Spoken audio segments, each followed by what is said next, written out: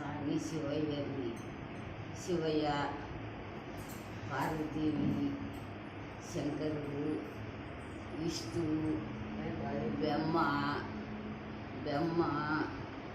పాదాలయుడు, గంగమ్మ, పాదాల గంగ, నా తండ్రి శివయ్య, శివయ్య, మా తండ్రి ముడుగుల లింగన్న,